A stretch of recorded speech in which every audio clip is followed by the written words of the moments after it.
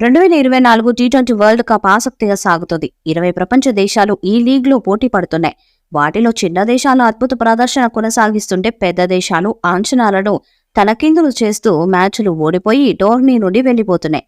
ఇక title favourite గా బరిలోకి దిగిన టీమిండియా మాత్రం అంచనాలకు తగ్గట్టుగా ఆడుతూ హ్యాట్రిక్ విజయాలు సాధించింది.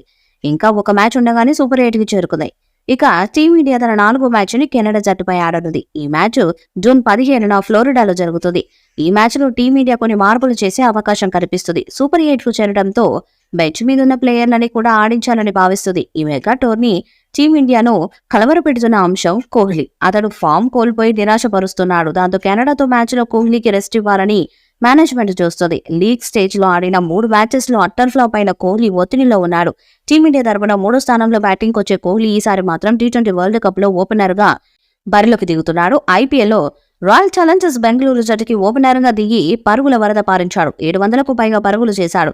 దాంతో టీమిండియా జట్టు మేనేజ్మెంట్ అతనికి ఓపెనర్ గా ప్రమోట్ చేసింది. కానీ టీ20 వరల్డ్ కప్ లో మాత్రం కోహ్లీ ఓపెనర్ గా ఘోరంగా విఫలమయ్యాడు. 3 మ్యాచెస్ లో సింగిల్ డిజిట్ కే పరిమితమయ్యాడు.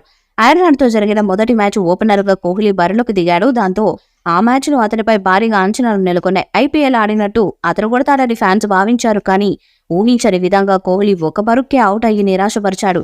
అయినప్పటికీ పాకిస్తాన్ తో అమోఘమైన రికార్డు ఉండటంతో 2 మ్యాచెస్ లో కోహ్లీ ఫామ్ లోకి వస్తాడని భావించారు. కానీ పాకిస్తాన్ మీద కూడా కోహ్లీ విఫలమయ్యారు. కేవలం 4 పరుగులు మాత్రమే చేసి తన వికెట్ సమర్పించుకున్నాడు. అప్పటికి అతని మీద విమర్శలొచ్చాయి. ఓపెనర్ గా కాకుండా ఫస్ట్ డౌన్ లో అతని బ్యాటింగ్ కి పంపాలని ఫ్యాన్స్ కూడా కామెంట్స్ చేశారు. కానీ జట్టు మేనేజ్మెంట్ మాత్రం యుఎస్ఏతో జరిగిన మ్యాచ్ లో కూడా ఎలాంటి మార్పులు లేకుండా కోహ్లీని ఓపెనర్ గా దింపింది. ఈ మ్యాచ్ లో కూడా కోహ్లీ ఒత్తిడికి పోయి అవుట్ అయ్యాడు. చేసింగ్ సమయంలో కూడా ఆడిన 2వ బంతికే డకౌట్ అయ్యాడు. దాంతో అతని మీద ఒత్తిడి ఎక్కువగా ఉందని తెలుస్తుంది. భారీగా పరుగులు చేయాలని, పవర్ ప్లేలో స్కోర్ సాధించాలని కోహ్లీ త్వరగా వికెట్ ని కోల్పోతున్నాడు. అందుకే కెనడాతో జరిగే 4వ మ్యాచ్ లో కోహ్లీకి విశ్రాంతి ఇవ్వాలని, ఒత్తిడి తగ్గించాలని జట్టు మేనేజ్మెంట్ భావిస్తుంది. సూపర్ 8 లో కోహ్లీ ఫామ్ లో ఉండటం ముఖ్యం. ఇప్పటికే టీమిండియా సూపర్ 8 కి చేరడంతో కెనడాతో జరగబోయే మ్యాచ్ అంత ప్రాధాన్యం ఉండదు. ఆ మ్యాచ్ లో గెలిచినా ఓడినా కూడా టీమిండియాకి నష్టం లేదు. ఇప్పటికే సూపర్ 8 కి చేరిపోయింది. కాబట్టి ఈ మ్యాచ్ లో కూడా కోహ్లీ త్వరగా అవుట్ అయితే సూపర్ 8 లో అతని కాన్ఫిడెన్స్ మరింత దెబ్బతిని ఛాన్స్ ఉంది. అందుకే ఈ మ్యాచ్ కి అతనికి విశ్రాంతి ఇచ్చి బెంచ్ ప్లేయర్స్ అయిన సంజు శాంసన్ కి అవకాశం ఇవ్వాలని చూస్తుంది. ఈ మ్యాచ్ లో రెస్ట్ తీసుకుంటే కోహ్లీకి సూపర్ 8 లో అన్ని మర్చిపోయి ఒత్తిడి తగ్గే ఛాన్స్ ఉంది. కాబట్టి జూన్ 15న జరగబోయే కెనడా మ్యాచ్ లో కోహ్లీకి విశ్రాంతి ఇచ్చి అతని ప్లేస్ లో సంజు శాంసన్ కి ఛాన్స్ ఇచ్చేలా కనిపిస్తుంది. మరి captain Rohit Sharma winnowing combination ని మారుస్తారా, కోహ్లీకి విశ్రాంతి ఇస్తారా అన్నది ఇప్పుడు ఆసక్తికరంగా మారింది. ఈ టోర్నీలో టీమిండియా ఆడిన 3 మ్యాచెస్ లో విజయాలు సాధించగా కెనడా జట్టు 3 మ్యాచెస్ లో ఒక దాంట్లో మాత్రమే విజయాన్ని సాధించింది.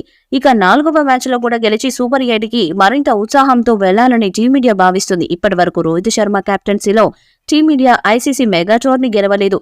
గతేడాది వరల్డ్ కప్ లో ఫైనల్ వరకు చేరి ఆఖరి నిమిషంలో కప్పును వదులుకున్నారు.